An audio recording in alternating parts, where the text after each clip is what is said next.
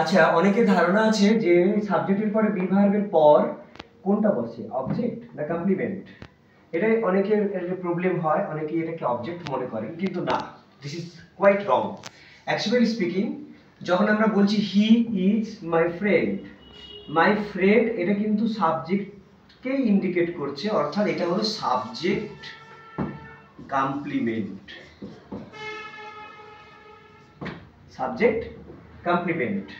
ওকে, কিন্তু যখন আমরা ব্যবহার করব হ্যাভ ভার্ব,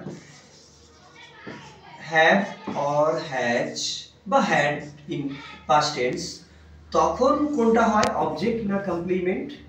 তখন এখানে কি হয়, এখানে হচ্ছে এটা কমপ্লিমেন্ট। কিন্তু আমি যখন বলছি যে আই হ্যাভ আ বুক,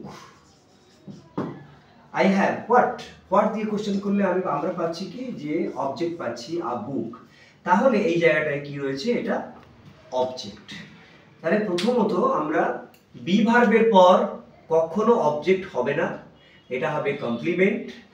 আবার হ্যাভ ভার্বের পর কখনো কমপ্লিমেন্ট হবে না, হবে এটা অবজেক্ট।